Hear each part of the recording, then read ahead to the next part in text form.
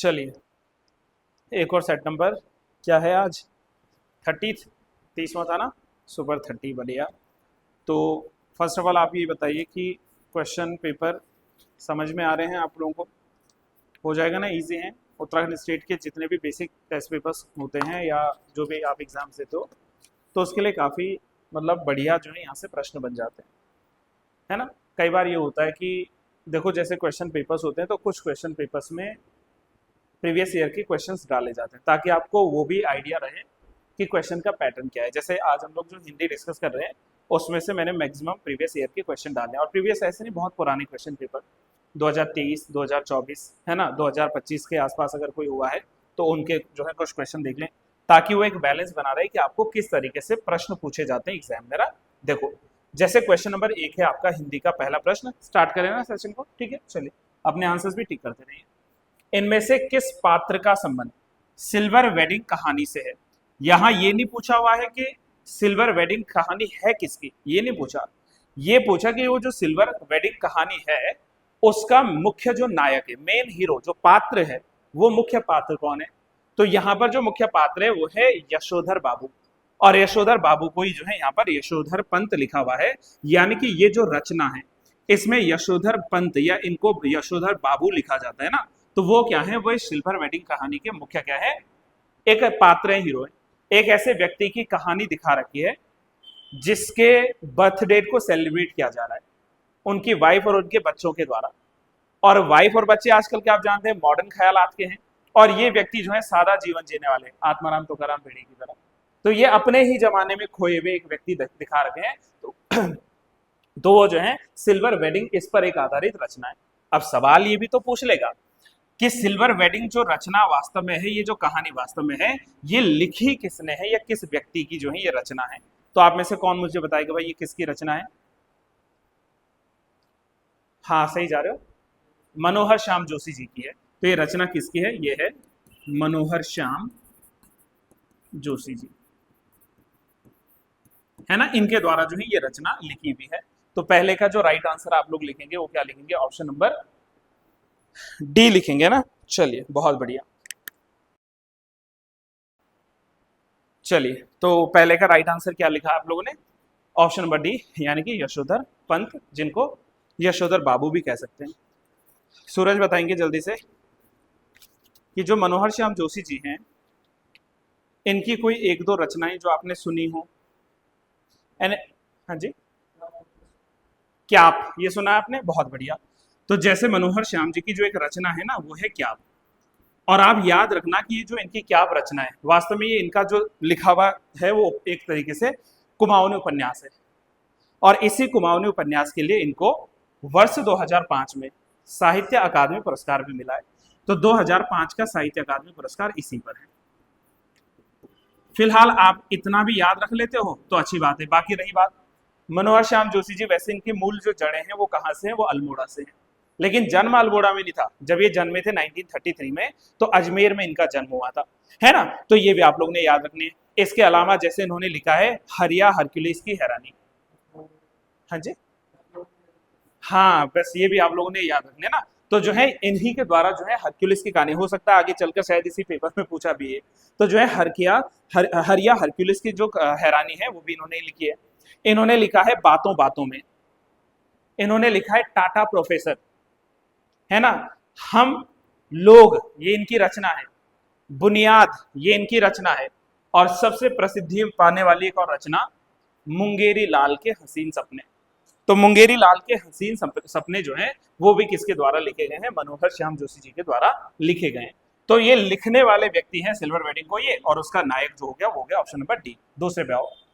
खड़ी बोली के लिए कौरवी नाम इनमें से किस व्यक्ति के द्वारा दिया गया था? और आसान है, राहुल सांकृत्यायन।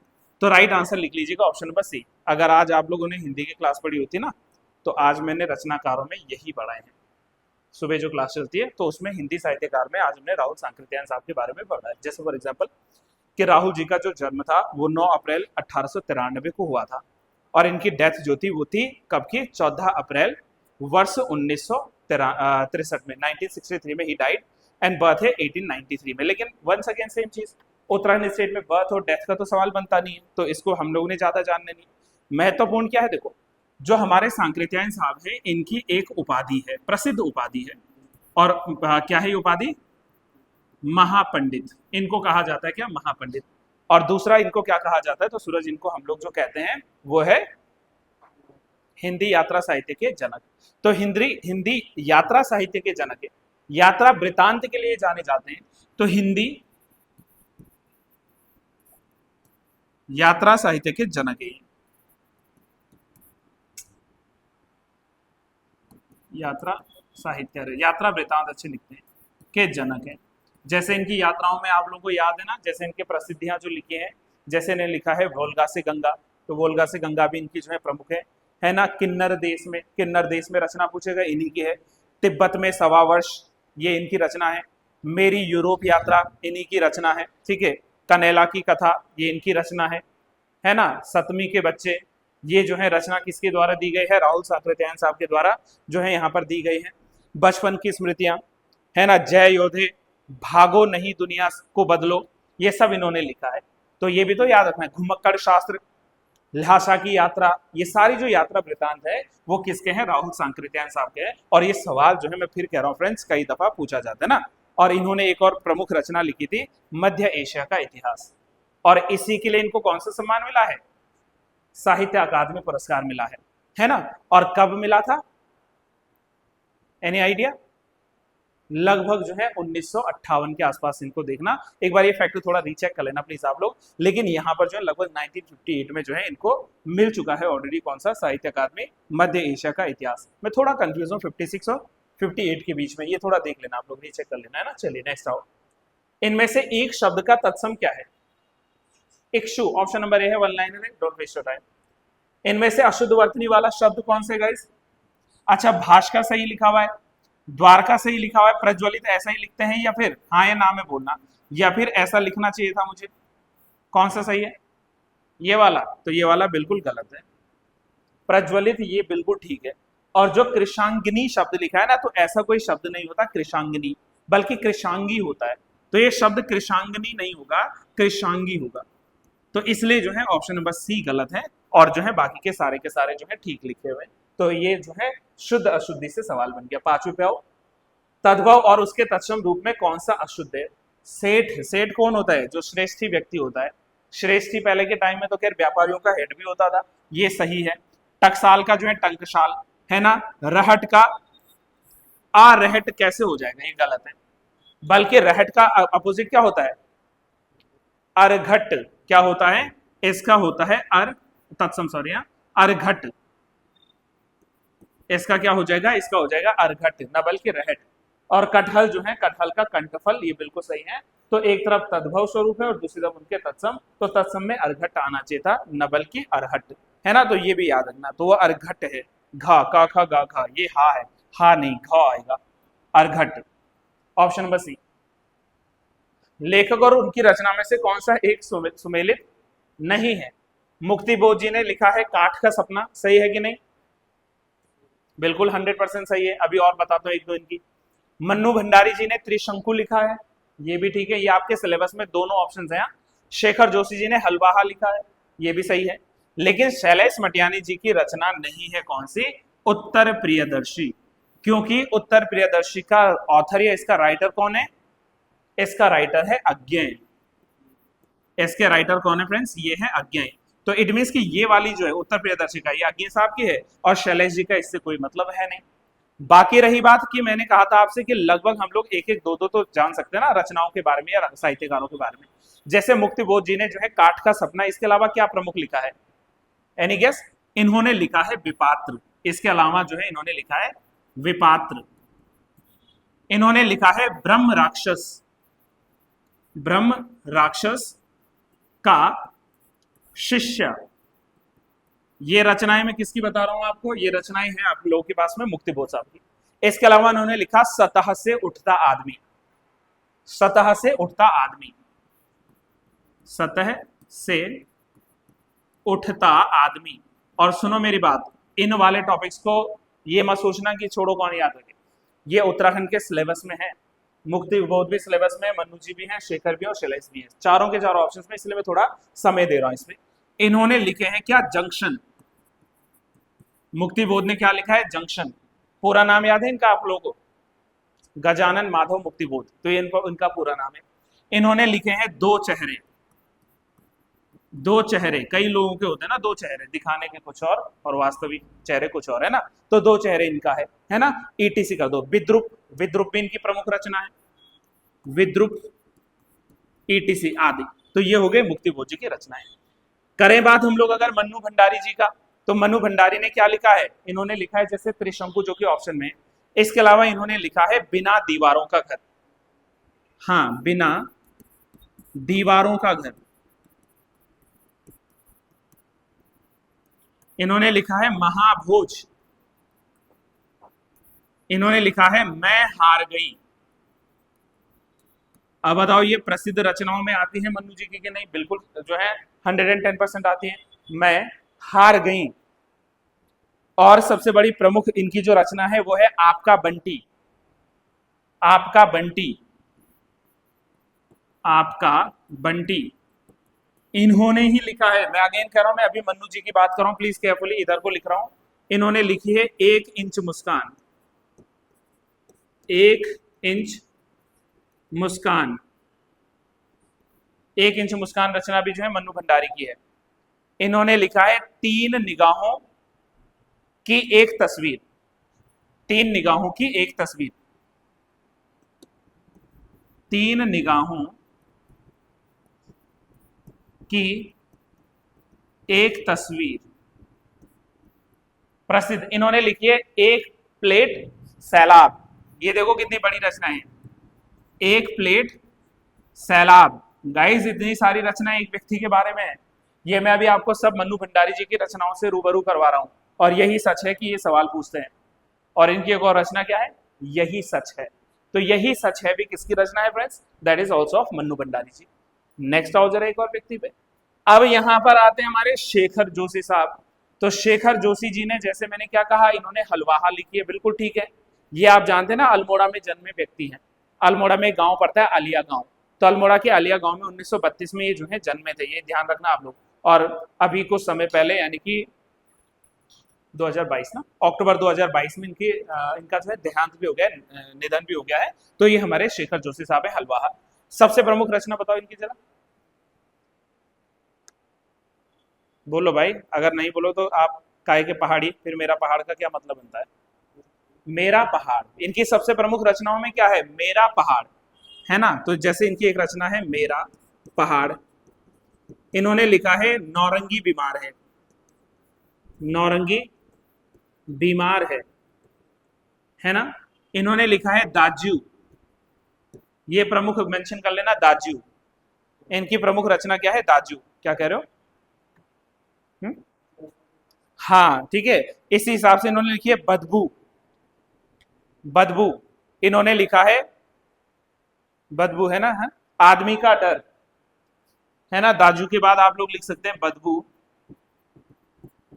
आदमी का डर,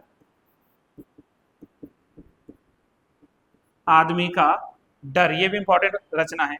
इन्होंने लिखा है गलता लोहा। गलता लोहा, कोसी के घटवार,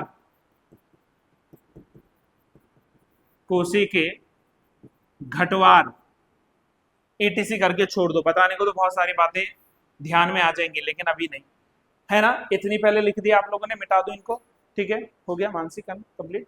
चलो अब इनके अलावा हमारे पास क्या बचे, आंसर तो ये था।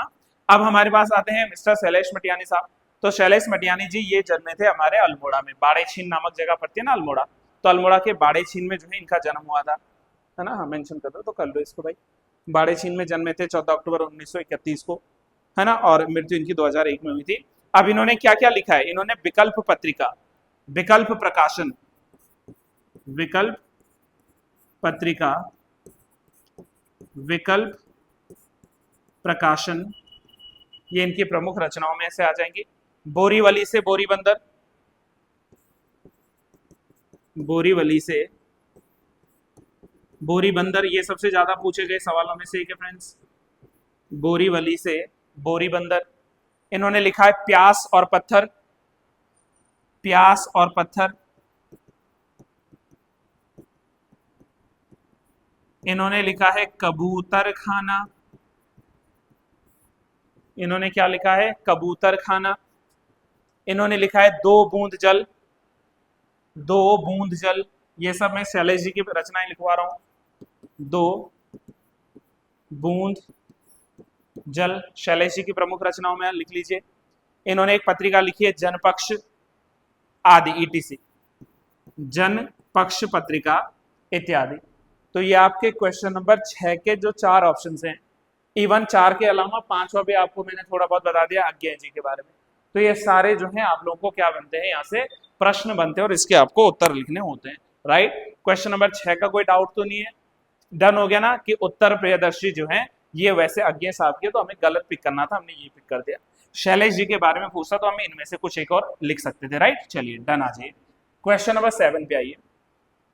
गोसाई दत्त इनमें से किस रचनाकार का वास्तविक या रियल या मूल नाम है? क्या आंसर लिखेंगे, बताओ भाई। हाँ जी, सुमित्रा नंदन पंत, ठीक है तो लिख लो फिर Sumitra Nandan Pant. Option number B, Sumitra Nandan Pant is the right answer. अब पंत जी के बारे में आपको चीजें पता होगी, कहां जन्मे थे पंत जी? उत्तराखंड की धरती पे हैं या फिर नो? कौसानी में जन्मे हैं। और कौसानी कहाँ है? बागेश्वर में है। तो बागेश्वर कौसानी में इनका जन्म हुआ था 20 मई वर्ष 1900 को। और बचपन का नाम इनका गोसाई दत्त था, या इनको जो है गुस्से, गोसाई दत्त। हमारे यहाँ नहीं होता कि भाई गुसाई है, अरे गुस्से जी बैठा चाय पिया, तो गुसाई नहीं बोलते हम, गुस्से बोलते हैं कि गुस्से जी। तो इनको जो है हम लोग क्या कहते थे, इनको गोसाई दत्त या इनको गुस्से। लोक प्रसिद्धि का नाम था गुस्से। एंड इवन कई लोग तो सिर्फ सै कहते थे। आइए सै साहब बैठिए। तो सै या गुस्से इस नाम से जो है हम जानते हैं गोसाई दत्त जी को, किसको? सुमित्रा नंदन पंत साहब को। अब सुमित्रा नंदन पंत की मैं रचनाएं कितनी बार ऑलरेडी बता चुका प्रीवियस क्लास में, याद है आप लोगों को? 2-4 एटलीस्ट। जैसे वीणा, अब वीणा के साथ वाणी भी लिखोगे, क्या ही दिक्कत है? कुछ भी नहीं है। पल्लव है ना, इनकी पत्रिका रूपाब पत्रिका बहुत फेमस है इनकी। इनकी एक पत्रिका थी जिसका नाम था रूपाब, ये भी आप लोगों को ध्यान रखना है। बाकी मैंने जैसे युगांतर इनके द्वारा लिखी गई है, युगवाणी, ग्राम्य है ना, ग्रंथि, गुंजन, ग्रंथि गुंजन, एक और है ज्योत्सना, ज्योत्सना, यस ज्योत्सना भी इनकी रचना है। पतझड़, पतझड़ इनकी रचना है। अतिमा, अतिमा, अतिमा इनकी रचना है। अब हाँ या ना में जवाब देना, क्या चिदम्बरा भी इन्होंने ही लिखी है या फिर नो? ये इनकी है। और चिदम्बरा के लिए क्या इनको कोई सम्मान दिया गया है? कौन सा? हाँ जी, ठीक है। और कब मिला? 1968, यानी 68 ना, तो 1968 बिल्कुल ठीक है। तो ये आप जो है सुमित्रा जी के बारे में, क्या इनको पद्म भूषण मिल चुका है? पद्म भूषण, यस 1961 में। तो 1961 में पद्म भूषण से सम्मानित सुमित्रा जी हैं। क्या मैंने आपको अभी मंगलेश जी के बारे में बताई थी बात? नहीं, ये बताया था शेखर जी? बहुत ज्यादा राइटर हो गया आज हैं। अच्छा चलो एक दो सुनो, ज्यादा नहीं, फिर लंबी खींची क्लास। पीताम्बर दत्त बर्थवाल साहब, आप जानते हैं कि इनका नाम जो लिया जाता है, पहले तो ये कि जो चमोली में 1943 में गोचर मेला की शुरुआत हुई थी ना, तो उनके प्रारंभकर्ताओं में इनका भी नाम जुड़ता है। मतलब अन्य लोग भी थे, लेकिन गोचर मेले के प्रारंभ करने में जो 1943 में स्टार्ट हुआ था गोचर मेला, तो यो जो उसमें जो है इनका भी कहीं ना कहीं योगदान था। बाकी 1901 में ये पाली गांव में जन्मे थे, पौड़ी में, एंड जुलाई 1944 में इनकी डेथ हो गई थी। अब इन्होंने जो लिखा है उसमें कितने सारे हैं देखो। जैसे इन्होंने लिखा है क्या, गोस्वामी तुलसीदास। इन्होंने क्या लिखी है? गोस्वामी तुलसीदास, गोस्वामी तुलसीदास। इन्होंने लिखा है रूपक रहस्य, इन्हीं की रचना है रूपक रहस्य, पीताम्बर दत्त बर्थवाल। इन्होंने लिखा है गद्य सौरभ, गद्य सौरभ। इन्होंने लिखा है कबीर की साखी। अच्छा, साखी से एक चीज याद आ रहा है, सुनो, न सिर्फ कबीर की साखी, बल्कि इन्होंने ही लिखा है क्या, दैट इज हरिदास की साखी, रैदास की साखी, ये इन्हीं की रचनाएं हैं। साखी जहां पे भी आए, है ना, रैदास की साखी या हरिदास की साखी, हरिदास की साखी, ये जो रचनाएं हैं मेरे साथियों, ये पीताम्बर दत्त बरथवाल साहब की है ना। इन्होंने लिखा है क्या, विज्ञान और कला, विज्ञान और कला, विज्ञान और कला, ईटीसी करके छोड़ दो। वैसे इन्होंने सेवा दमन भी लिखा है, सेवा सदन मत कहना, सेवा सदन किसकी थी, मुंशी प्रेमचंद, है ना। और सेवा दमन पूछा तो सेवा दमन इनकी है, दमन अलग चीज है, प्लीज केयरफुली, है ना, केयरफुली। अब रही बात एक दो रचनाओं में, मिस्टर डबराल साहब, मंगलेश डबराल जी कहाँ जन्मे थे ये, टिहरी, बहुत बढ़िया जगह, जिसने बता दिया उसको मैं काफल खिलाऊंगा, बताओ, काफल पानी, ठीक है। और कब जन्मे थे, 1948, 1948 में जन्म हुआ था डबराल साहब का, काफल पानी टिहरी में, 1948 की जो है तिथि आपको याद रखनी है। एंड डेथ हुई थी 2020 में 9 दिसंबर को ना, लेकिन वो once again birth and death सवाल तो नहीं, अपनी नॉलेज के लिए इंपॉर्टेंट है। इन्होंने क्या क्या लिखा था, सबसे फेमस बताओ इनकी रचना, पहाड़ पर लालटेन, और अगर रात्रि के टाइम मुझे लालटेन मिल गई तो मुझे फिर घर का रास्ता भी मिल जाएगा। तो ऐसे तो याद रखना होता है मिला जुला के कि पहाड़ पर लालटेन, उसके बाद जो है क्या, घर का रास्ता। अब जब घर का रास्ता दिख गया तो फिर हम जो देखते हैं, घर का रास्ता देखते हैं ना हम, आप भी देख रहे हो कि कब छुट्टियों में घर जाएं, तो हम जो देखते हैं, ये रचना भी किसकी है, ऑल्सो मंगलेश डबराल साहब की है। इसके अलावा इन्होंने लिखा है कवि की रोटी, कवि की रोटी, कवि की रोटी, इन्होंने लिखा है, मुझे दिखता एक मनुष्य, मुझे दिखता एक मनुष्य। आज की क्लास में कम से कम आपके 8-10 राइटर कवर हो जाएंगे, जिसके लिए आप अलग से क्लास पढ़ते हो, है ना, साहित्य, तो साहित्य में आधी बात यहाँ कवर हो जाएगी, ईटीसी। अच्छा अब ये बताओ, वो कौन सी इनमें से कृति है जिसके लिए इनको वर्ष 2020 में साहित्य अकादमी मिला था, लिखा भी हमने कहीं, हाँ, इनको साहित्य अकादमी 2020 में मिला है, हम जो देखते हैं के लिए, 2020 में इनको साहित्य अकादमी मिला है ना, साहित्य अकादमी, हम जो देखते हैं के लिए। और अब रही बात, एक दो बातें अगर मैं मिस्टर जोशी जी के बारे में कहूँ, या शायद ही हम लोगों ने देख लिया है, चेक कराओ जरा, है ना, देख लिया था ना, अभी तो हमने बात की थी कि मेरा पहाड़ नौरंगी बीमार है, all and all and all, तो ये जो है इनकी रचनाओं में शामिल हो जाता है, ठीक है। हिंदी वाला पार्ट आज थोड़ा डिटेलिंग है, बिलीव में, बाकी पार्ट जो है आपको इजी इजी पड़ जाएगा, आई होप सो। चलिए नेक्स्ट आओ, डन, ये हो गया आपका कंप्लीट। क्वेश्चन नंबर 8, निम्नलिखित में से व्याकरण की दृष्टि से सबसे शुद्ध वाक्य आपको क्या नजर आता है, सुनो, हम सभी कालचक्र के पहिए के नीचे फंस रहे हैं, हम सभी कालचक्र के, कालचक्र और पहिया तो लगभग एक ही है ना, हम सब जो है कालचक्र के नीचे फंस रहे हैं या पहिए, चलो हो सकता है, लेकिन अब देखते हैं और इससे अच्छा हो कि नहीं। इतनी रात बीती तुम क्यों आई हैं, ये तो कोई सवाल। इस प्रश्न का प्रमाण सहित उत्तर दीजिए, जल्दी मत करो, धैर्यता से काम लो। कौन सा सबसे शुद्ध लग रहा है आपको, जिसमें सबसे ज्यादा आपको लगता है कि सटीक है? ऑप्शन सी, श्योर, पक्का, ऐसा तो नहीं कि प्रीवियस ईयर था तो हमने आंसर कर दिया।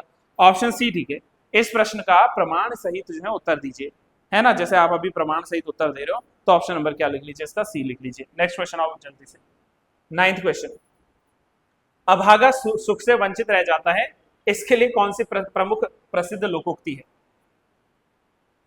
अभागा व्यक्ति हमेशा सुख से वंचित रह जाता है, कौन सा? ऑप्शन सी, चलो पढ़े ऑप्शन, नहीं सी तो नहीं होगा, अंधेरी नगरी चौपट राजा, ए भी नहीं है, इसका राइट आंसर है अंधा बगुला कीचड़ खाए, यानी ऑप्शन नंबर बी, अंधा बगुला कीचड़ खाए।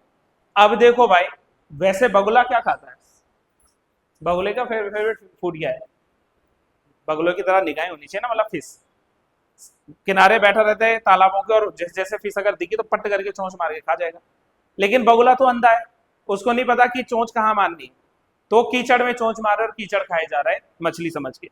तो सोचो ना कि भाई अभागा है, देख नहीं पा रहा है, इसलिए वो सुख भी नहीं भोग पा रहा है, मछली खाने की उम्र में बताओ खा रहा है कीचड़, तो अभागा सुख से वंचित रह जाता है। इसके लिए सबसे सटीक जो है वो है अंधा बगुला कीचड़ खाए। अब ये सुनो जरा, अंधा पीसे कुत्ता खाए, इसका पता क्या मतलब है? करे कोई और उसका लाभ कोई और ले। कई बार ऐसा होता है ना जी कि मतलब आप कोई कार्य करते हो मतलब कमाए कोई और खाए कोई, ऐसा कर सकते हो इसको कि कमाए कोई खाए कोई, है ना। बस ये ऐसे समझ लो, अंधा पीसे कुत्ता खाए, पीस तो अंधा रहा है लेकिन अंधे को पता नहीं चला भाई कुत्ता कब आया और उसको खा के निपट लिया। निपट लिया मतलब मरा नहीं, निकल लिया, निपट लिया नहीं। तो मतलब इसमें कमा कोई और रहा है, कमाए कोई और खाए कोई, यूं समझिए आप लोग। जैसे मैं अपने घर पे खा रहा हूँ, कमा के ला रहे हैं मेरे पिताजी भैया जी और खा मैं रहा हूँ, तो कमा कोई और रहा है और खा कोई और रहा है, ठीक है। तो अंधा पीसे और कुत्ता खाए। अंधेरी नगरी चौपट राजा, टके सिर भाजी टके सिर खाजा, बताओ क्या है इसका मतलब।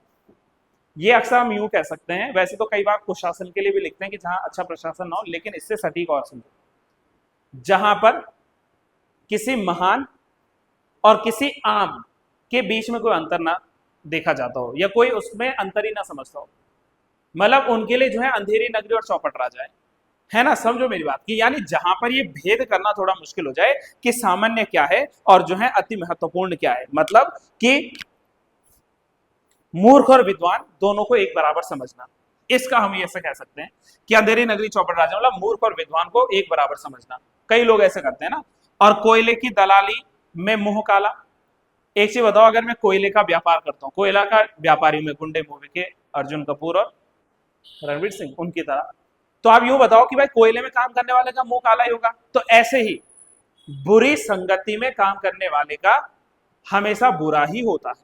आप यूं समझ लीजिए कि भाई यदि कोई व्यक्ति जो है बुरा काम करेगा तो उसका नतीजा भी तो बुरा आएगा, तो बुरा काम का बुरा नतीजा, बोल रहा है चाचा सुन भतीजा, इसका ये सही हो जाएगा आंसर, है ना। ऑप्शन डी लिख लो। थोड़ा और जल्दी बढ़ना पड़ेगा जी, मैंने कहा था आज का हिंदी पेपर थोड़ा डिटेल्ड है, एक्सप्लेन के लिए ज्यादा है बट मजेदार है, आई होप सो।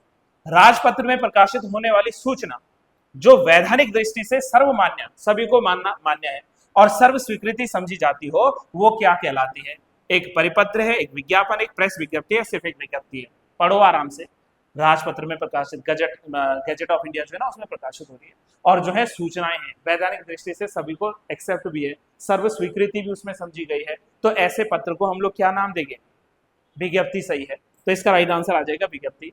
रही बात परिपत्र की, तो मैं कितनी बार बोलूं कि जब कभी कोई सरकारी पत्र या जो सरकारी ज्ञापन होता है ना, वो किसी कार्यालय ज्ञापन के रूप में जो है अनेक लोगों को, अनेक प्रेषितियों को एक साथ भेज दिया जाए, तो वो क्या होगा, वो एक सर्कुलर होगा, वो एक परिपत्र होगा।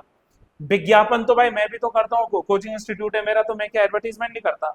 विज्ञापन मतलब कि किसी विशेष मामले पर, किसी विशेष बात पर अगर हमें जनता का ध्यान आकर्षित करना है, ये मेरा कोचिंग इंस्टीट्यूट है, मुझे यहाँ जनता को अगर आकर्षित करना है तो मैं विज्ञापन दूंगा, बढ़िया बढ़िया, कि मेरा पढ़ाया हुआ अगर नहीं आया एग्जाम में तो मुझे चौराहे पर जिंदा जला देना, लाइक दिस। तो मतलब मैं विज्ञापन डाल रहा हूँ ना कि लोगों मेरी तरफ आकर्षित हो जाए, है ना। तो समझो इस बात को, और ये सिर्फ मैंने बोला है, सच में मत कर देना। और लास्ट में क्या आता है, एक और प्रेस विज्ञप्ति। प्रेस को देखो, प्रेस ही कहते हैं, विज्ञप्ति को नोट कह लो तो इसको प्रेस नोट भी कहते हैं। मतलब जब किसी सरकारी आदेश का प्रचार प्रसार एक बड़े स्तर पर करना हो, व्यापक स्तर पर करना हो, तो उसके लिए जो पब्लिश होता है वो प्रेस विज्ञप्ति होती है।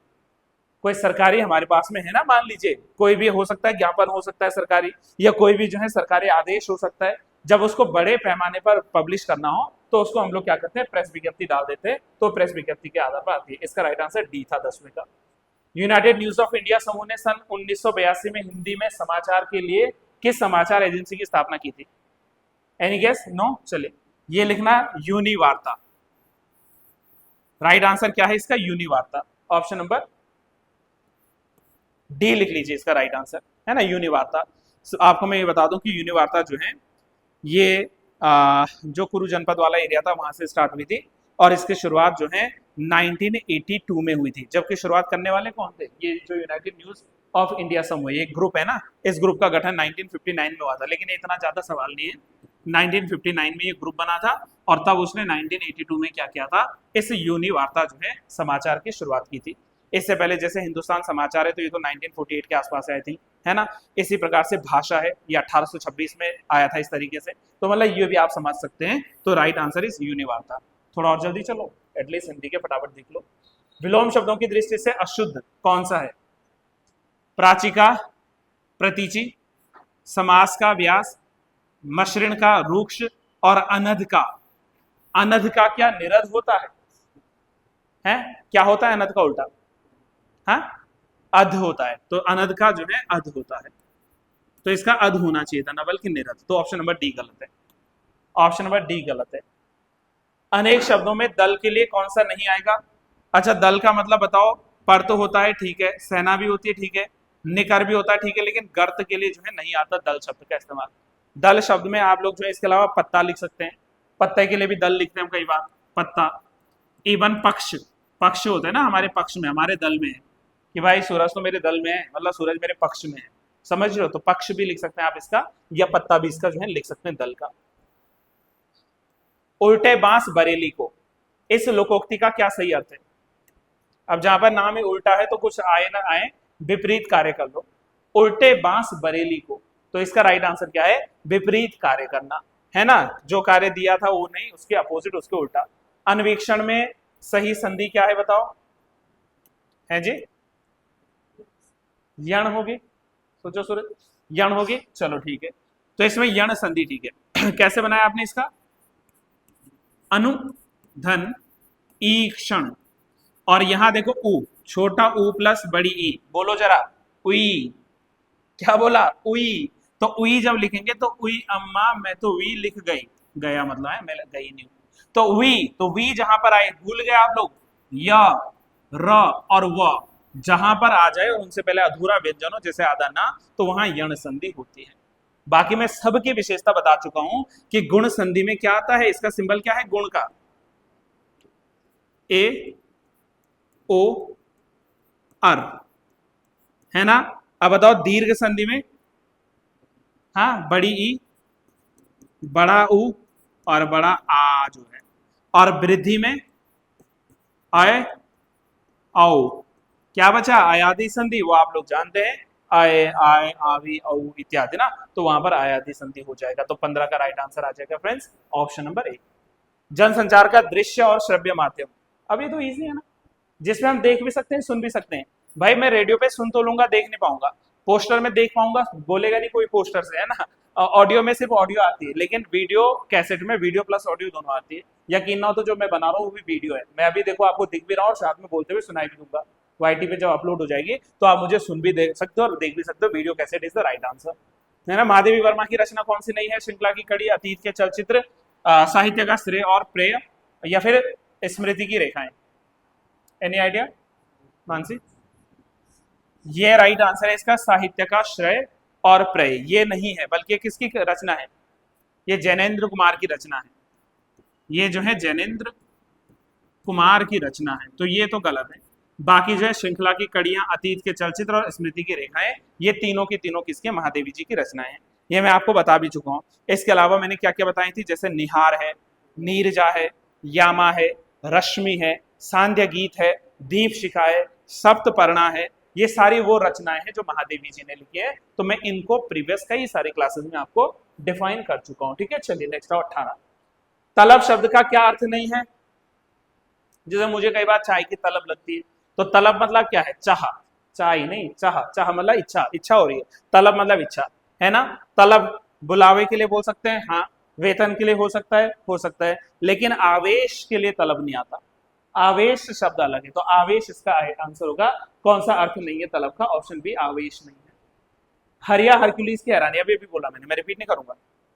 किसने लिखी है? मनोहर श्याम जोशी जी ने लिखी है भाई। किसने लिखी है ये? मनोहर श्याम जोशी। अभी तो बोला था मैंने कि जो है हरिया हरक्यूलिस की कहानी, हम लोग, बुनियाद, मुंगेरी लाल के हसीन सपने, है ना, जमीन आसमान, ठीक है, या फिर बातों बातों में, टाटा प्रोफेसर, कुरु कुरु स्वाहा, ये सब जो लिखे, क्या कसब, ये सारी रचनाएं किसकी थी? मनोहर जी की थी। आप लोगों ने इसको पढ़ा भी था, पर रिपीट नहीं करोगे ना मेरे साथ में, तो Manohar Shyam is the right answer. Harishankar Prasad ji का नाम तो सुना है? नहीं सुना? ये वाला ना। बाकी देखो मैं शेखर बता चुका, ये बता चुका, मनोहर जी में ऑलरेडी बता चुका, जिसका राइट आंसर ये भी है। अब जब इतने सब पढ़ लिए तो एक में मैं क्यों कंजूसी करूं ना, तो परसाई जी के बारे में 2-3 चीजें सुन लो। जैसे क्या? जैसे परसाई जी ने लिखे हैं प्रेमचंद के फटे जूते, कितनी फेमस है, तो परसाई में एक क्या लिख सकता हूं मैं? प्रेमचंद्र के फटे जूते, तो ये इनकी एक रचना है। एक और सबसे प्रसिद्ध रचनाओं पे चलूं, इन्होंने लिखा है पगडंडियों का जमाना, पगडंडियों का जमाना,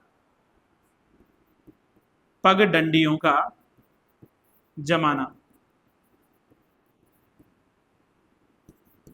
तुलसीदास चंदन घिसे,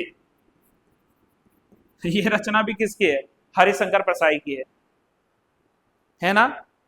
ठिठुरता हुआ गणतंत्र, ठिठुरता हुआ, ठिठुरता हुआ गणतंत्र, ये रचना भी किसकी है? ये भी जो है हरिशंकर प्रसाई जी की रचना है। ठिठुरता हुआ गणतंत्र। भूत के पांव पीछे, भूत के पांव पीछे, हम बचपन से सुनते थे ना कि भूत है तो उसके पांव टेढ़े हैं, इंडियन सिनेमा में भी दिखा देते हैं, अब कितना सच्चाई है भगवान जाने। इसके अलावा हंसते हैं रोते हैं, इन्होंने क्या लिखी है? इन्होंने लिखी है हंसते हैं रोते हैं, हंसते हैं रोते हैं। जैसे आप लोग ना ज्यादा लंबी क्लास खींच रही तो रोते हैं और नॉर्मल रही तो हंसते हैं। विकलांग श्रद्धा का दौर, इसी के लिए सम्मान भी मिला है, विकलांग श्रद्धा का दौर। आपके लिए होमवर्क ये है फ्रेंड्स कि आपने ये बताना है कि विकलांग श्रद्धा का दौर, इसके लिए इनको कौन सा पुरस्कार मिला और कब मिला। आप भी कमेंट बॉक्स में बताया करो। कमेंट नहीं करते हो, वीडियोस पूरी देख के जाते हो, कमेंट नहीं करते हो, या आपके फायदे की चीज है साथियों, ठीक है। बस ईटीसी कर लेना आदि, ये सब जो है हरिशंकर जी के। और अंतिम क्वेश्चन डिस्कस करते हैं हम लोग हिंदी का, लास्ट क्वेश्चन हिंदी का 30। इसमें से कुमाऊनी बोली की उपबोली कौन सी है? खस परजिया, ये तो पूछने जैसा और बताने जैसा है भी नहीं। इसके अलावा कुमाऊनी में क्या है गाइस? जैसे क्या है कुमाऊनी में बताओ? दानपुरिया, सिराली, दानपुरिया, सिराली। अब बताओ क्या अस्कोटी भी लिख दूं? अस्कोटी भी इन्हीं की होगी? हाँ होगी। अच्छा, इसके अलावा मुझे ये बताओ कि जोहारी किस में आएगी? जोहारी कुमाऊनी में ही है, बिल्कुल ठीक है। तो जोहारी, सोरियाली, जोहारी, सोरियाली। अब बताओ मझ कुमाऊनी किस में लिखूं? या मझ कुमैया? कुमाऊनी में ही आएगा, तो इसी में आता है जैसे मझ कुमैया, मझ कुमैया आदि, ईटीसी। और भी यहाँ ऐसे नहीं कि इतनी आदि। और रही बात सलानी, तो सलानी जो है ये गढ़वाली में है ना। लोहबिया, या कई जगह सिर्फ लोबिया लिखा है, ये भी गढ़वाली में है। नागपुरिया ऑब्वियसली गढ़वाली में है ना। अब इसके अलावा जैसे बधानी, कौन सी? बधानी, तो बधानी भी किस में है? ये भी गढ़वाली में है। बधानी पूछेगा तो भी गढ़वाली में है ना। बंगाणी तो पूछेगा तो वो भी गढ़वाली में है, बंगाणी। बधानी अलग और बंगाणी अलग, तो बंगाणी भी जो है गढ़वाली में है। इसके अलावा अगर हमसे पूछेगा राठी, राठी, तो राठी भी इसी में है, गढ़वाली में है ना। अब श्रीनगर के पास वाले में क्या आती है? श्रीनगरिया, तो श्रीनगरिया भी इसी में है। रवाल्टी, रवाल्टी भी जो है ये भी गढ़वाली की है, रवाल्टी। और चौंदकोटी, चौंदकोटी भी जो है ये भी क्या है? गढ़वाली की है, चौंदकोटी। ये सारी उपबोलियां हैं साथियों। चौंदकोटी,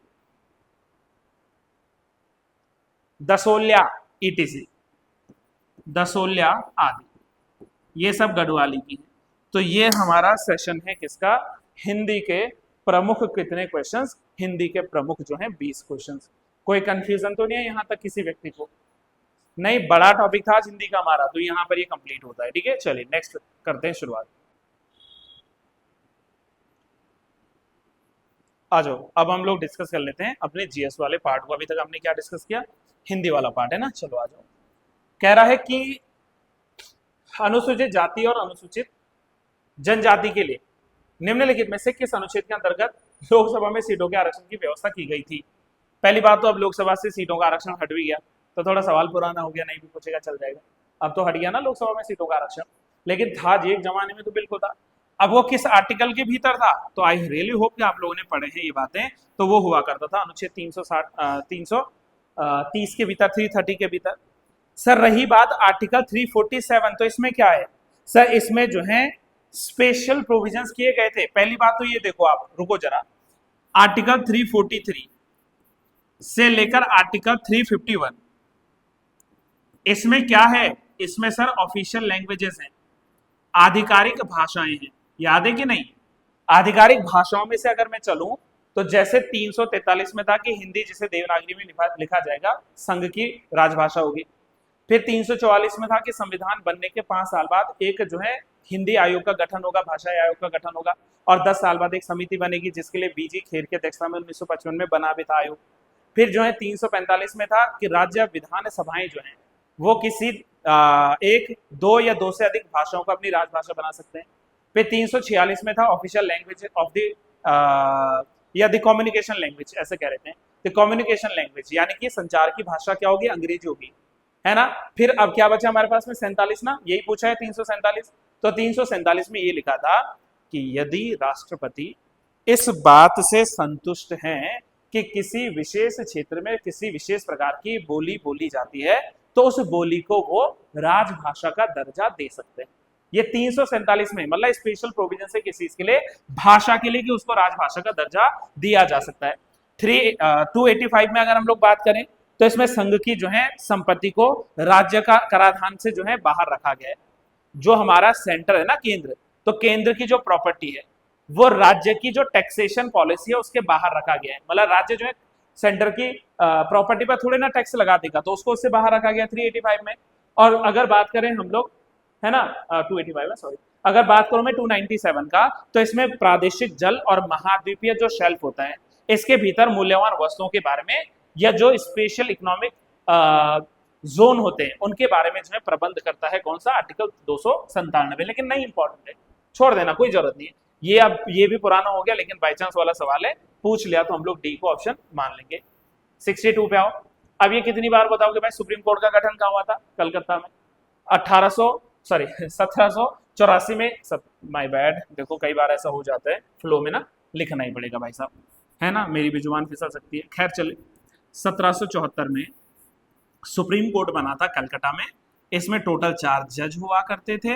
इन 4 जज में जो चीफ जज था, एक जो चीफ जज था ना इसमें, मुख्य जस्टिस, चीफ जस्टिस, तो चीफ जस्टिस कौन थे इसमें, वो थे sir Elijah Impey, sir Elijah Impey. भाई यूं तो याद रखना आप लोगों ने। तो ये हो गया हमारे देश का पहला सुप्रीम कोर्ट, आजादी से पहले का सुप्रीम कोर्ट रहा। तो राइट आंसर क्या हो जाएगा, कैलकाटा हो जाएगा, 1773 का रेगुलेशन एक्ट इसके भीतर। भारतीय संविधान का कौन सा अनुच्छेद मुख्यमंत्री के कर्तव्यों को परिभाषित करता है, ये इजी है, नो आइडिया, 167 इसमें है कर्तव्य। सुनो मेरी बात, 165 में क्या है, महाअधिवक्ता है। महाअधिवक्ता का मतलब एडवोकेट जनरल ऑफ स्टेट।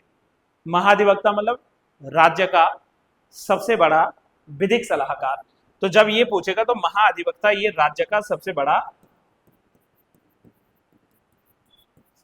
विधिक सलाहकार है, विधिक सलाहकार है। यूं चीज आप लोगों ने याद रखना है। ऐसे ही अगर संघ का सलाहकार पूछता तो मैं आर्टिकल 76 में आपको बता देता महान्यायवादी, यानी कि अटॉर्नी जनरल। तो वो केंद्र का क्या होता है, सबसे बड़ा विधिक सलाहकार होता है। भाई ये चीज ध्यान रखना। अच्छा, यूं बताने का प्रयास करना थोड़ा सा कि अनुच्छेद 162 में क्या चीजें हो सकती हैं। Article 162 is related to what, तो यहाँ पर राज्य की कार्यकारी शक्तियों के विस्तार की बात की गई है। तो यहाँ पर क्या है, राज्य की कार्यकारी शक्तियों का विस्तार, है ना। कार्यकारी शक्तियां होती हैं जो एग्जीक्यूटिव पावर्स होती है स्टेट की, तो उनका जो विस्तार है वो लिया। और 170 सबसे इजी है, बताओ, राज्य विधानसभाओं की संरचना। तो यहां पर क्या है, राज्य विधानसभाओं की या विधानसभा की संरचना। दो चीजें होती है ना, एक विधानसभा और एक विधान परिषद। तो विधानसभा में मैक्सिमम कितने लोग हो सकते हैं, मिनिमम कितने लोग हो सकते हैं, ये सब यही लिखा है। तो राज्य विधानसभा में मैक्सिमम कितने लोग हो सकते हैं किसी भी विधानसभा में। जैसे उत्तराखंड में तो मात्र 70 है, लेकिन अपर लिमिट क्या है, सबसे ज्यादा कितने हो सकते हैं, 500। और न्यूनतम कितने हो सकते हैं, हाँ, कम से कम कितने हो सकते हैं राज्य विधानसभाओं में, 60 लोग। लेकिन इसके भी कुछ एक्सेप्शन हैं। क्या एक्सेप्शन है, ये आपका वर्क है, होमवर्क, आप मुझे बता के यहाँ पर कमेंट करो, है ना। तो right answer 167 option number D लिख लेना फ्रेंड्स, बहुत बढ़िया। भारत के संविधान के अनुच्छेद 352 में किससे संबंधित उपबंध किए गए हैं, क्या लिखा है इसका आंसर, सामान्य। अब ये मत कह देना कि सर हमने तो नेशनल इमरजेंसी पढ़ा था। सामान्य इमरजेंसी को ही हम लोग नेशनल इमरजेंसी कहते हैं। राष्ट्रीय आपातकाल एक सामान्य आपातकाल है। तो राष्ट्रीय आपातकाल की घोषणा होती है अनुच्छेद 352 के तहत। रही बात ऑप्शन ए में जो वित्तीय आपातकाल है, तो इसके लिए कौन सा आर्टिकल रिस्पॉन्सिबल होता, 360 होता। बात की गई है failure of the constitutional order in a state, तो इट मींस इसी को कहते हैं हम लोग राष्ट्रपति शासन, और राष्ट्रपति शासन होता 356 में। पूछ रहा है कि संविधान के भाग 3 में प्रदत्त अधिकारों के प्रवर्तन का निलंबन हो सकता है, और इसके लिए आता है आर्टिकल 359। ये लो जी, तो ये आपके सारे आर्टिकल्स यहाँ पर कवर हो जाएंगे। फिर कह रहा हूं मैं, देखो ऐसा नहीं कि इतनी बातें, आपके पास में बहुत बड़ा एक टॉपिक है, कौन सा, नेशनल इमरजेंसी का। 3 कंडीशन पर नेशनल इमरजेंसी लगेगी, war, external aggression and armed rebellion, है ना। अब ये क्या चीजें हैं भविष्य में, और मे बी जब हम ऑफलाइन क्लासेस जो करते हैं पॉलिटी, उसमें आपका वेलकम है, आप क्लासेस कीजिए, उसमें डिटेल आएगा। 6वीं अनुसूची में बताओ कौन कौन से जो है प्रदेश रखे गए हैं। मैंने आपको एटीएम स्क्वायर का ट्रिक बता रखा है। ऑप्शन डी करो, ठीक है, चलो ऑप्शन डी लिखो, असम, त्रिपुरा, मेघालय और मिजोरम, एटीएम स्क्वायर, तो यहां पर है। और ये जो है अदर बैकवर्ड क्लासेस के मैनेजमेंट की बात करता है, कंट्रोल की बात करता है। ऑप्शन नंबर डी इसका राइट आंसर आएगा। 66 का राइट आंसर, 1 लाइनर क्वेश्चन जल्दी से। कितने विषय हैं? 29 विषय हैं, और 18 विषय किसमें है? पंचायत नहीं, उसमें नगर पालिकाओं में। तो म्यूनिसिपैलिटीज जो है ना, तो म्यूनिसिपैलिटीज में अगर पूछेगा, तो म्यूनिसिपैलिटीज मतलब भारतीय संविधान का शेड्यूल कौन सा? शेड्यूल 12, अंतिम जो शेड्यूल है 12वां, है ना, 12वीं अनुसूची। और ये तो आपका 29 विषय 11वीं अनुसूची में जो है शामिल हो जाता है।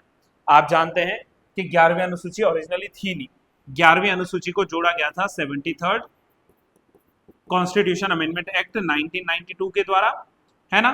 और फिर 24 अप्रैल 1993 में पंचायतें लागू हुई थी, इसीलिए हर साल 24 अप्रैल को नेशनल पंचायती राज डे मनाते हैं, राष्ट्रीय पंचायती राज दिवस 24 अप्रैल को मनाते हैं हर साल। हाँ, 24 अप्रैल 1993 से जो है पंचायतें इंप्लीमेंट हो गई थी। दूसरी बात, म्यूनिसिपैलिटीज के लिए जो 12वीं अनुसूची है, ये कब जोड़ी गई? 74th कॉन्स्टिट्यूशन अमेंडमेंट से जोड़ी गई, और ये अमेंडमेंट का ईयर सेम रखना 1992। तो यूं भी आप लोगों ने जो है बातें जाननी है।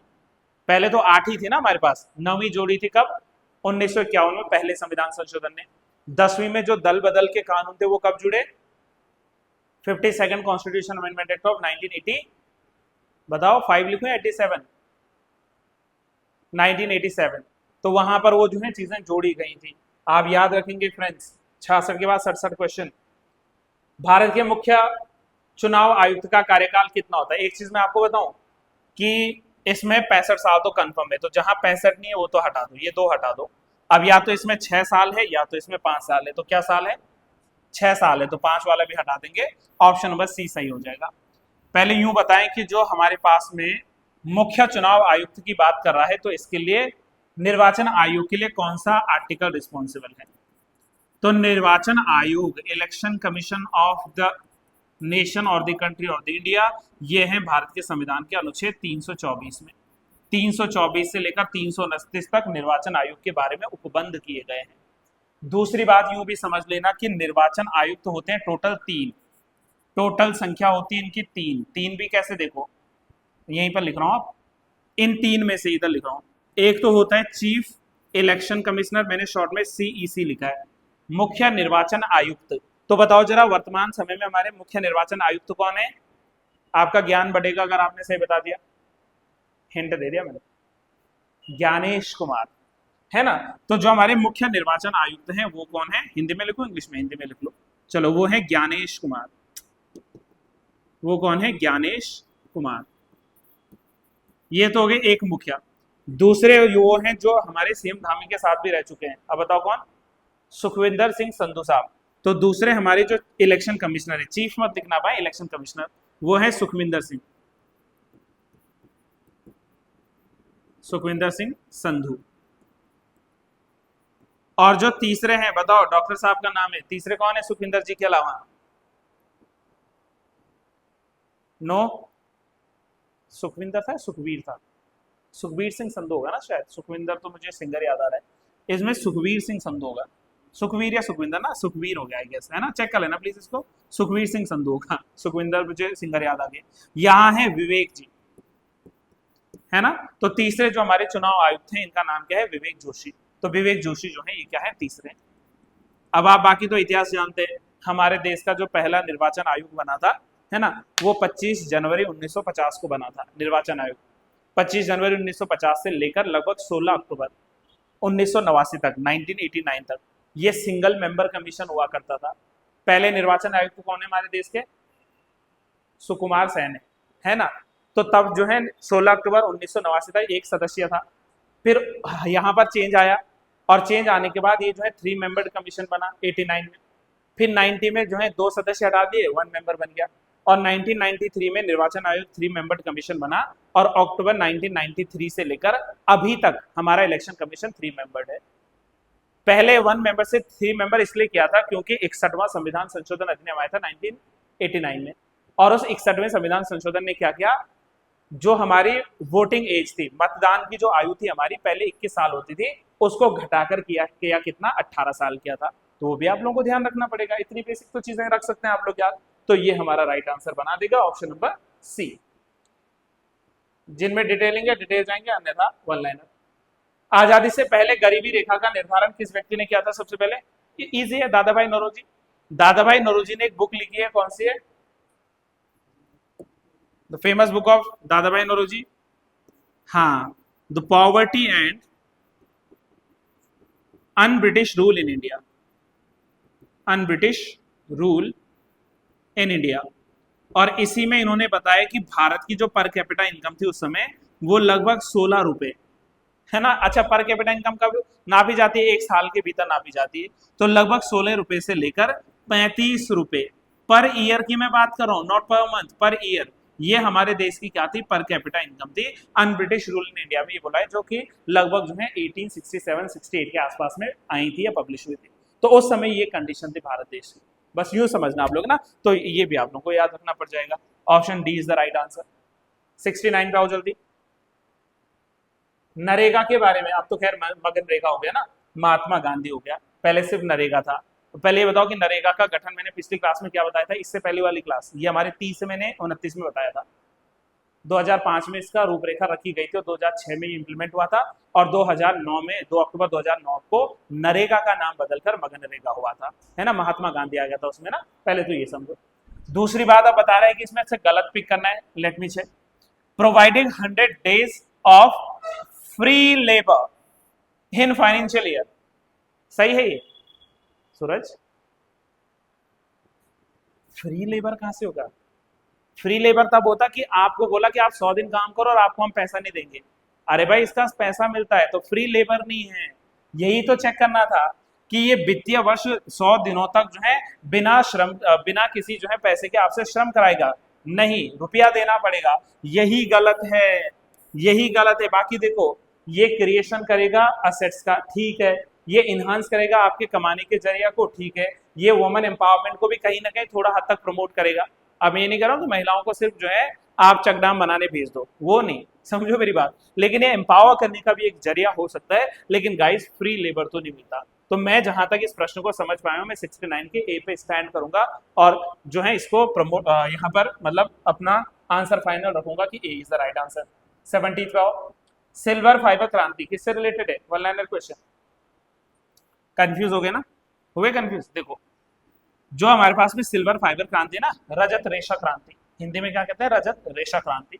तो वो कपास को लेकर है। और अगर झूठ होता तो मैं फिर इसको गोल्डन फाइबर रिवोल्यूशन लिखता, यानी कि मैं इसको स्वर्ण रेशा क्रांति लिखता। अगर हमसे सिल्वर पूछा है तो सिल्वर है कॉटन को लेकर, है ना, समझना। ऑयल सीड्स को लेकर क्या चीज है? तिलहनी को लेकर। तो तिलहनी को लेकर आता है येलो, येलो रिवोल्यूशन, पीला क्या कह लीजिए क्रांति, पीली क्रांति। तो वो किसको लेकर थी? वो ऑयल सीड को लेकर थी, मस्टर्ड, सरसों इत्यादि को लेकर थी, राइट। तो इसका राइट आंसर है सिल्वर। अगर पूछेगा तो दैट इज कॉटन। इजी है ना? चलो बताओ जरा। रेड रिवोल्यूशन टोमेटो एंड मांस के लिए उस समय आया था, ये भी आप लोगों से सवाल बन जाता है। ब्लैक रिवोल्यूशन पेट्रोलियम से रिलेटेड है, ठीक है। पिंक रिवोल्यूशन झींगा मछली, झींगा मछली वो गुलाबी, पिंक गुलाबी हुई है ना, गुलाबी, समझ गए, कोई बात नहीं। इसके अलावा बताओ कि ब्लू रिवोल्यूशन नीली क्रांति, मछली उत्पादन, ये मछलियों के उत्पादन के लिए। राउंड रिवोल्यूशन गोल क्रांति, ओके ठीक है, बहुत बढ़िया। तो ऐसे कई सारी क्रांतियां है ना, ग्रीन रेवोल्यूशन तो मैं क्या ही पूछूं, हर बार पता है, व्हाइट रेवोल्यूशन भी क्या पूछूं, ये भी सबको हजारों हजार दफा पता है। तो ये कुछ रेवोल्यूशन हमारे देश में आए थे। चले बढ़िया, ऑप्शन डी था 70 का। 71 पे आओ, नरेंद्र मोदी जी ने विमुद्रीकरण की घोषणा कब की? रात्रि के ठीक 8 बज रहे थे, गांव में था मैं उस टाइम, बढ़िया टीवी देख रहे थे अपने कमरे में, और सडन न्यूज लगाते हैं, मोदी जी का भाषण सुनते हैं, और 1 सेकंड के लिए थर्र कांपते हैं वो लोग जिनके पास में बहुत सारा पैसा जमा था। हमारे पास नहीं था जी। गिन चुन कर कितने निकले होंगे मेरे पास, मेरे मतलब मेरे पूरे घर में तो 3500 या 4000 के आसपास निकले। उनके लिए भी बताओ लाइन में खड़ा होना पड़ा। 8 अक्टूबर नहीं है जी, 8 नवंबर है।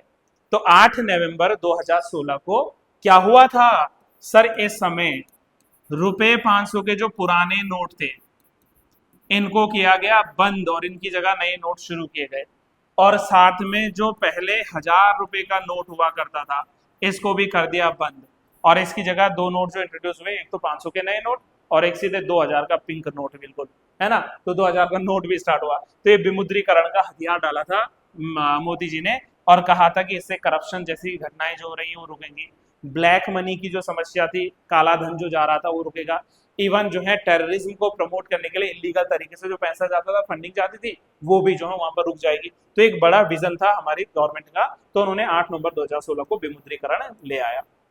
Guild edged market is related to the what? Gilt edge का मतलब है यहाँ पर जो गवर्नमेंट सिक्योरिटीज है, सरकारी प्रतिभूतियां हैं, इनको खरीदने और बेचने का जो एक मार्केट है। तो ऑप्शन नंबर सी इसका राइट आंसर लिख लीजिएगा। ये जो है हाई ग्रेड और लो रिस्क जो है मार्केट होते ही लो रिस्क सिक्योरिटी मार्केट के रूप में काम करता है। तो राइट आंसर क्या लिखेंगे साथ ही इसका? डी लिखेंगे। कुछ और क्वेश्चन है? सॉरी, सी लिखेंगे ना, सी ऑप्शन। नेक्स्ट आओ, भारत में किस प्रकार की टैक्सेशन सिस्टम है? पढ़ा है ना आप लोगों ने, तो कैसा है? प्रतिगामी या प्रगतिशील?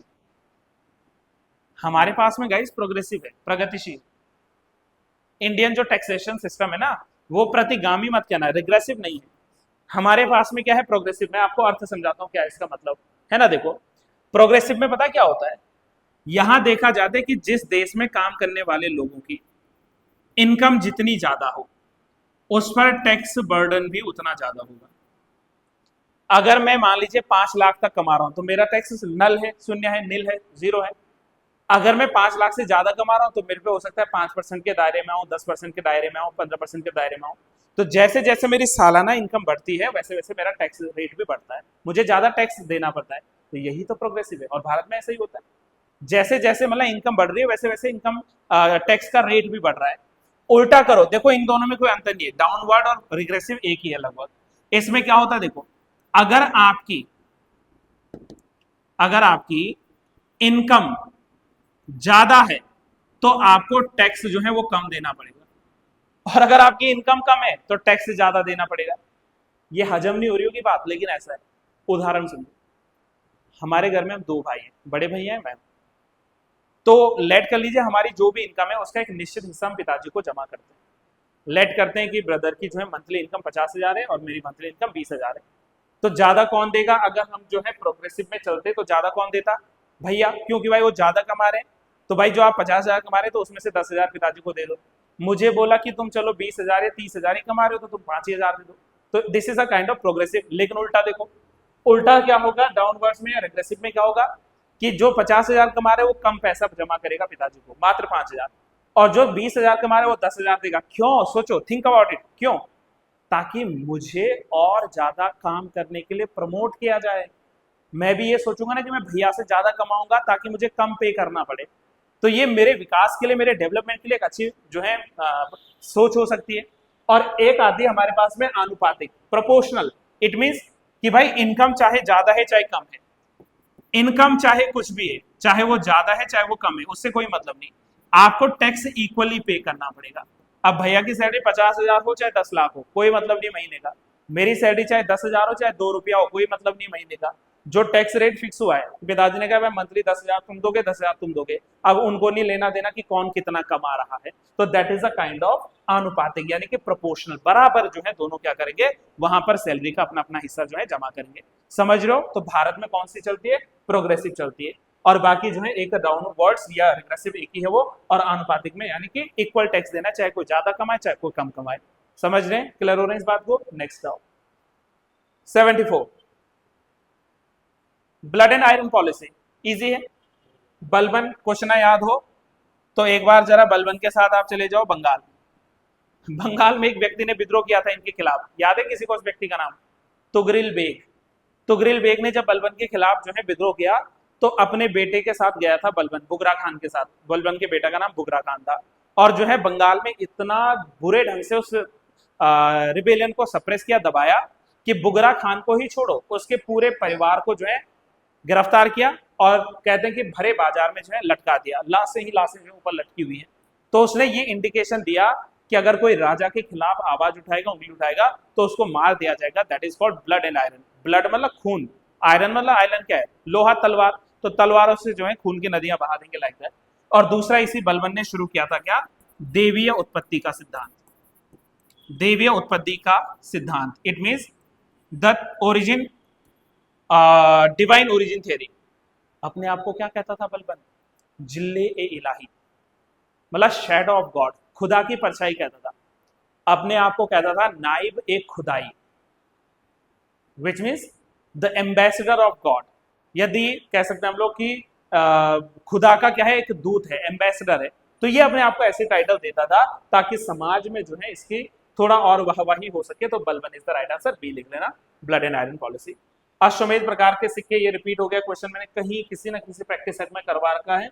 अश्वमेध प्रकार के सिक्के चलाने वाला एक तो कुमारा गुप्ता है और दूसरा समुद्रा गुप्ता है। तो इसका आंसर जहां पर 2 और 4 है तो इसको 100% 10% कर लीजिए।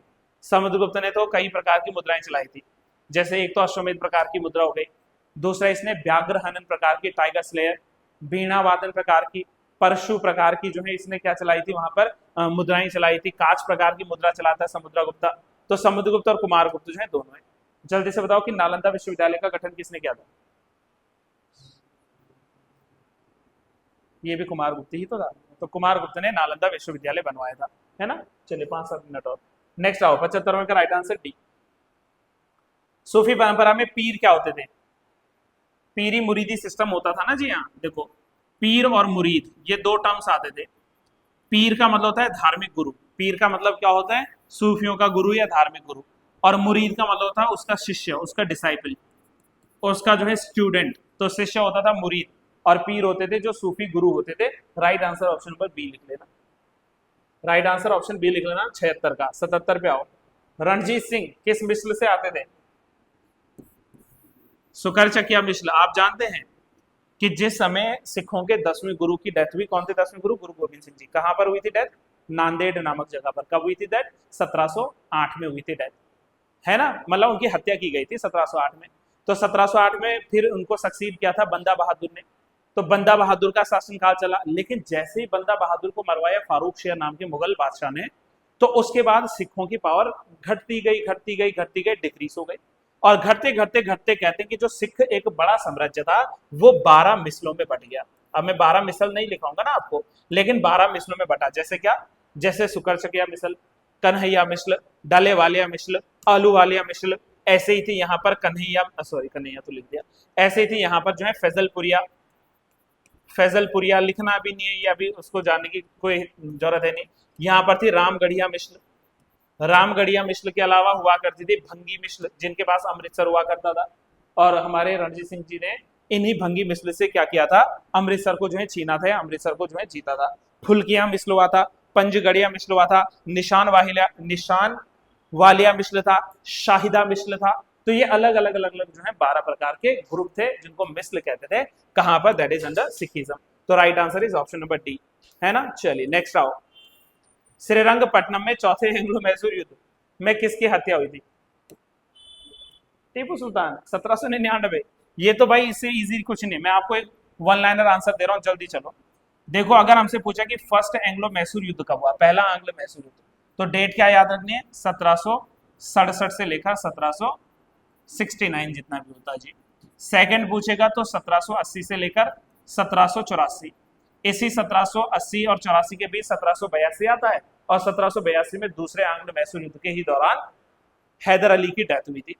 फिर पूछता है कि तीसरा एंग्लो मैसूर युद्ध कब हुआ, तो 1790 में स्टार्ट हुआ, 1792 में श्रीरंगपट्टनम संधि के साथ खत्म हुआ, और टीपू सुल्तान की डेथ के साथ 1799 में चौथा एंग्लो सिख वॉर हुआ था और 1799 में ही जो है टीपू की हार कह लीजिए, मृत्यु कह लीजिए, हुई थी। तो ये 4 एंग्लो मैसूर युद्ध आपको डायहर्ट याद होने चाहिए, आपको जो है बेसिक चीजें पता होनी चाहिए। तो ऑप्शन नंबर डी लिखा था, टीपू की मृत्यु। मद्रास प्रेसिडेंसी का दर्जा कब मिला? क्वेश्चन गलत है टाइप, और ये आयोग में ही शायद गलत टाइप था। तो हमारे क्वेश्चन पेपर बनाने वाले साथी जो हैं उन्होंने एक क्वेश्चन डाल दिया, मुझे इसमें डाउट सा फील हो रहा है। क्यों? क्योंकि जहां तक मुझे याद है कि मद्रास एजेंसी को प्रेसिडेंसी 1652 में बनाया गया था, तो इसका आंसर 1652 होना चाहिए था, और 1652 कहीं दूर दूर तक नहीं है। हाँ, अगर करीब चलूँ मैं तो 55 हो सकता है, लेकिन 52 नहीं है। तो इसको मैं थोड़ा इरेज कर दूंगा क्वेश्चन, या 1652 लेकर चल लूंगा इसको, तो ये वाला भी यहाँ पे हट जाएगा। चलिए कुछ और बड़े सवाल, मजेदार सवाल, आगे बढ़िए। दक्षिणी गोलार्ध में हवा के बाईं ओर विक्षेपित होने का क्या कारण है? नहीं पढ़ी आपने? विंड्स पढ़ी है ना, पवनें पढ़ी है। तो ये हमारे पास में क्या है, ये साउथ है, ये नॉर्थ है। तो अक्सर क्या होता है ना कि विंड की डायरेक्शंस, पहली चीज ये बताओ, हवाएं आप लोगों ने पढ़ी है, विंड्स का फ्लो पढ़ा है ना? तो हवाएं हमेशा क्या होती है, देखो दो चीजें, एक होती है लो प्रेशर बेल्ट, एक होती है हाई प्रेशर बेल्ट। तो आप बस मुझे यूं बताओ कि हवाएं कहाँ से कहाँ की ओर बढ़ेंगी, लो प्रेशर बेल्ट से हाई की ओर, या हाई प्रेशर बेल्ट से लो की ओर? हाई से लो की ओर, हाई प्रेशर बेल्ट से ओर। एक और चीज समझो, नहीं समझे इसे, देखो लो प्रेशर बेल्ट वहां पर होती है जहां पर टेम्परेचर हाई होता है, और हाई प्रेशर बेल्ट वहां पर होती है जहां पर टेम्परेचर लो होता है। अब देखो, जैसे ये पोलर रीजन है, पोलर क्षेत्र है, तो पोलर क्षेत्र में जो है टेम्परेचर क्या होगा, कम होगा, तापमान कम होगा, तो प्रेशर कैसा होगा, हाई होगा। तो हाई प्रेशर से जो हमेशा हवा चलेगी वो चलेगी लो की तरफ, तो यानी कि हवा कुछ यूं चलेगी नीचे की ओर। और जब उत्तरी गोलार्ध में हवा चलती है ना हाई प्रेशर से लो प्रेशर की ओर, तो उत्तर में हवा की जो दिशा होती है उसकी गति करने की दिशा के हमेशा दाहिनी ओर मुड़ती है, हमेशा दाईं ओर। यानी कि अगर मैं यहाँ विंड दिखाऊंगा तो जैसे ये विंड है ना, तो अपने मार्ग से ये दाईं ओर ऐसे ऐसे मुड़ेगी, हवाएं इस तरीके से चलेंगी, है ना, इस तरीके से हवा का रुख यूं है, यूं दाहिनी ओर। और अगर हम यहाँ से चलेंगे तो हवा जब यहाँ से चलेगी, देखो ये फिर पोलर रीजन, यानी कि लो प्रेशर और हाई सॉरी हाई प्रेशर और जो है लो टेम्परेचर। तो यहाँ हाई प्रेशर से क्या होगी, हवा बहेगी, तो जब हवा आएगी तो ये लेफ्ट साइड में मुड़ेगी। अब ऐसा क्यों होता है? ये होता है ड्यू टू द कोरियोलिस बल। तो कोरियोलिस बल के ही कारण जो है ऐसा हम लोग कहते हैं कि जो हवाएं होती है, देखो ये लिखा ना कि सदर्न हेमिस्फीयर में हवा जो है हमेशा लेफ्ट बहती है। देखो ये है जी मेरा लेफ्ट, ये मेरा हाथ है, ये हवा चल रही है लेफ्ट, तो हमेशा यहाँ लेफ्ट की दिशा में चलेगी, और ऊपर से जो है राइट की दिशा में चलेगी। भाई ये ध्यान रखना कि हवा कहाँ से आ रही है, वो हाई प्रेशर से लो की तरफ आएगी, तो यहाँ हाई पी बन रहा है, यहाँ एलपी बन रहा है, तो लो प्रेशर की ओर हवा बहती है। बाकी इस टॉपिक में मैं जानने का प्रयास तो बहुत कर रहा हूँ, लेकिन भाई समय से बंधा हुआ हूँ ना, क्या कर सकते हैं इसमें। 81st पे आओ। 81st पे क्या पढ़ा? नीचे दो कथन दिए गए हैं, जिनमें से एक अभिकथन है और दूसरे को कारण बताया गया है। हिमालय के उत्तरी ढलानों पर दक्षिणी ढलानों की तुलना में अधिक घना वनस्पति आवरण है। गलत है, पहला तो गलत है, मैं साफ साफ कहता हूँ पहला गलत है। हिमालय के दक्षिणी ढलान पर उत्तरी ढलान की तुलना में अधिक वर्षा होती है, ये सही है। तो इसका जो है कथन गलत है और कारण सही है। A is false but R is true, option number B is the right answer. Option B लिखना 81 का। ये सहायक नदियां पूछी है जी, मुझे तो कंफर्म्ड पता है कि आपको यूं पता होना चाहिए कि सतलुज किसकी सहायक नदी है, इंडस की, और चंबल किसकी सहायक नदी है, यमुना की। तो यानी कि पहले का ए का 4 और जो है डी का 1, ए का 4 और डी का 1 या तो इसमें है या तो इसमें है, तो ये दो तो हटा दो, होल्ड ऑन। अब चलते हैं हम लोग कहाँ, कोसी और तीस्ता। तीस्ता किसकी सहायक नदी हो सकती है, ब्रह्मपुत्र की हो सकती है, और कोसी किसकी सहायक नदी है, गंगा की, गंगा की तो कोसी। तो राइट सीक्वेंस क्या बन रहा है, 4 3 2 और 1, यानी कि ऑप्शन नंबर सी इसका कंफर्म्ड 110% वाला सही मान लो, 110%। चलिए तो option number C is the right answer. 83 पे आओ। एक तरफ है lakes, on the other side it's locations. ठीक है, चलिए समझ लेना है थोड़ी थोड़ी बातें।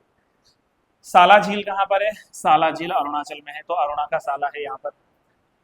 जो है यहाँ पर जो है बड़खल ताल का है हरियाणा में, ठीक है ना, बड़खल ताल। लोकटक झील मणिपुर में, तो 100% और कलेवली झील जो है तमिलनाडु। तो 1 2 3 4 ये सही आंसर करना, option number A is the right answer. Next question आओ। 84 forest soil they are loamy and silty in bank of the river valleys, सही है कथन। Black soil generally the amount of phosphorus is less. Yes, phosphorus कम होता है काली मिट्टी में, सही है, क्या दिक्कत है, बिल्कुल कम होता है फॉस्फोरस, और ह्यूमस कंटेंट ज्यादा होता है। तो इसमें दोनों ही कथन सही है, यानी कि ऑप्शन 1 और 2 दोनों सही है। ऑप्शन नंबर ए लिख लेना 84। 85 में बताओ पहली गणना करने वाला यंत्र कौन सा था? ये जनगणना नहीं है, यंत्र है। सबसे पहले किसने जो है गणना की थी? तो गणना करने वाला पहला यंत्र है अबेकस। कौन सा यंत्र लिखेंगे इसका नाम? अबेकस सबसे पहले, है ना। बाकी ये जो डिफरेंस इंजन है ये चार्ल्स बेबेज ने खोजा था। पास्कल लाइन जो है ये ब्लेस पास्कल करके एक व्यक्ति था, उसने खोजा था, तो ये हटा देना इसको ना। तो राइट आंसर इसका ऑप्शन नंबर डी लिखना 85 का। 86 पे आओ, चार्ल्स बेबेज द्वारा एनालिटिकल इंजन इसमें से कौन सा खोजा गया है बताओ? इसका ऑप्शन है 86 का सी, मैकेनिकल। 86 का सी, मैकेनिकल। 87 में बताओ पहली पीढ़ी के जो कंप्यूटर है इसका उपयोग करने के लिए कौन सी प्रोग्रामिंग की जो है बात की जाती है? हैं जी, सोचो, नो आइडिया। तो ये है machine language, option number B, मशीनी language, option number B. Third पीढ़ी के कंप्यूटर की भाषा क्या है? थर्ड पीढ़ी के कंप्यूटर की भाषा है कोबोल। कौन सी भाषा है इसमें? कोबोल लैंग्वेज आती है। थर्ड जनरेशन टेक्नोलॉजी कौन सी आती है थर्ड जनरेशन में? थर्ड जनरेशन में टेक्नोलॉजी इंटीग्रेटेड सर्किट आता है। इसके बाद वाला क्वेश्चन शायद है, लेट्स सी। पूछता है आपसे 89, चौथी पीढ़ी के कंप्यूटरों का इक्विपमेंट क्या है? तो चौथी पीढ़ी में क्या आएगा? देखो अब ये तो आएगा नहीं, क्योंकि इंटीग्रेटेड मैंने किस में बताया था? थर्ड में। चौथी में क्या है? No idea. देखो सुनो, चौथी में आता है माइक्रो प्रोसेसर। टोटल 5 पीढ़ियां बनी है ना अभी तक। देखो मैं आपको और इजी और आसान बनाता हूँ। पहली पीढ़ी जो है इसमें क्या आते हैं? इसमें आते हैं वैक्यूम ट्यूब। तो अगर वैक्यूम ट्यूब आ रहा है तो वो पहली पीढ़ी है। वैक्यूम ट्यूब अगर लिख रहा है तो वो पहली पीढ़ी है, फर्स्ट जनरेशन है ना, फर्स्ट जनरेशन है। अगर आपसे ट्रांजिस्टर्स पूछ रहा है तो सेकंड जनरेशन है। ट्रांजिस्टर्स अगर पूछ रहा है तो सेकंड जनरेशन है। इंटीग्रेटेड वॉल्व अगर पूछ रहे हैं, इंटीग्रेटेड सर्कल पूछ रहा है, तो ये जो है आपके पास में थर्ड जनरेशन है। ये क्या है आपके पास में? थर्ड जनरेशन है।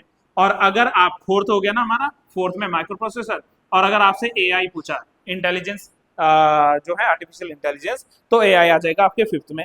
तो बस ये भी तो इजी हो जाएगा आपका। तो ये कंप्यूटर की क्या है, अलग अलग पीढ़ियां जो है इस समय दिखाई जा सकती हैं। 19th का राइट आंसर माइक्रो कंप्यूटर को और क्या नाम दे सकते हैं हम लोग? इसको कहते हैं हम लोग computer on a chip. Chip पे ही तो सब कुछ चल रहा है, तो ऑप्शन बी लिख लेना, computer on a chip. Option number B is the right answer. चलिए अब थोड़ा सा हम लोग जो है रीजनिंग वाले भाग को भी प्रयास कर लेते हैं कि रीजनिंग वाला भाग भी हमारा कंप्लीट हो जाए। ठीक है, चलिए तो सबसे पहले बताओ क्वेश्चन नंबर 91 का सही आंसर क्या है? ये बढ़ते हुए क्रम में दिखाया गया है, ये घटते हुए क्रम में। ये बढ़ते हुए क्रम में, तो ऐसे इसका उल्टा घटते हुए क्रम में। क्या आंसर आएगा? ऑप्शन नंबर ए आ जाएगा। तो option A is the right answer. Option A L Q, sorry Q N L I, इसका सही आंसर है 91। 92 में क्या आंसर निकला आपका? हाँ जी, 3 मतलब ऑप्शन बी। श्योर है, कंफर्म? बिल्कुल सही है। तो इसका राइट आंसर क्या आएगा? 3 आएगा, ऑप्शन नंबर बी आएगा। रीजनिंग में ज्यादा यहाँ पे नहीं करवाता हूँ, समय की पाबंदी। इसका क्या लिखा आपने 93 का? बी, यानी दूसरा। बताओ इतने सही कैसे हो सकते हो? तो बी सही लिख लीजिए, बी सही लिख लीजिए, ऑप्शन नंबर बी। 93 का, सॉरी 94 का कितना? 49, श्योर, चलिए 49 लिख लीजिए। इसका ऑप्शन नंबर सी है 94। 95 का क्या निकला बताओ? मौसेरा निकला, फुफेरा निकला, ममेरा निकला? इसका ऑप्शन ए निकलेगा आपका, मौसेरा भाई, कजिन ब्रदर। आप सभी को कजिन ब्रदर लिखा हो, बताओ ये कैसे पता चलेगा? मौसेरा फुफेरा, तो मौसेरा ब्रदर इसका राइट आंसर। 18 निकला, यू मीन टू से ऑप्शन सी। चलो लिखो फिर ऑप्शन सी। डी पे 4, एन पे 14 और बाकी जो है फिर 18। तो 18 इज द राइट आंसर। 97 पे आओ, इसका क्या निकला? इसका केवल एक सही निकलेगा, ऑप्शन बी लिख लेना। इसका जो है क्या सही निकलेगा? केवल एक सही निकलेगा, यानी ऑप्शन नंबर बी इसका राइट आंसर लिख लेना। कमेंट बॉक्स में पूछ लेना भाई जिसको ये क्लियर ना हो पाए, केवल 2 सही आंसर है। नेक्स्ट लिखो 98 का राइट आंसर कितना? 38, ऑप्शन बी। ऑप्शन बी लिख लो 38, ऑप्शन बी। इसका क्या है 99, साउथ यानी option C. Sure, option C confirmed है, option C is right answer 99। देख लेना आप लोग, हाँ, वीडियो पोस्ट करके बीच में। और 100 का राइट आंसर नहीं निकला, राइट आंसर इसका ऑप्शन ए निकलेगा। राइट आंसर इसका क्या है, ऑप्शन नंबर ए है। तो ये हमारे आज 20 क्वेश्चन, सॉरी, ये हमारे आज के जो है कंप्लीट 100 क्वेश्चन हो गए। बाकी आई होप सो आप समझे हैं, बाकी की बातें हम कल की क्लास में करेंगे, ठीक है। चलिए, सी यू देन।